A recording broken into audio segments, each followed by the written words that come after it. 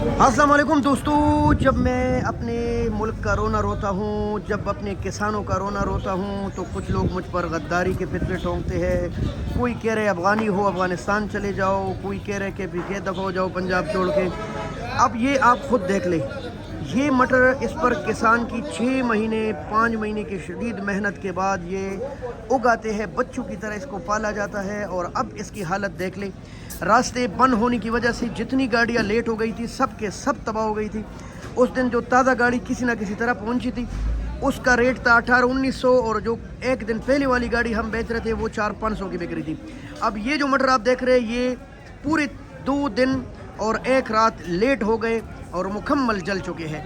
इसका ज़िम्मेदार कौन है? उस किसान की 5-6 महीने की मेहनत कहाँ गई? ये 50 रुपये का भी कोई नहीं लेता, 50 का।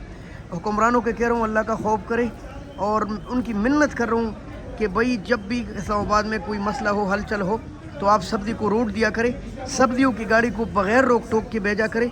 इनको नुकसान अकेले किसान को नहीं पूरे पाकिस्तान को होता है। किसान चाहे खैबर का हो या पंजाब का हो, बलूचिस्तान का हो या सिंध का हो, इस 5-6 दिन की छुट्टी ने सबको तबाह बर्बाद करके रख दिया है।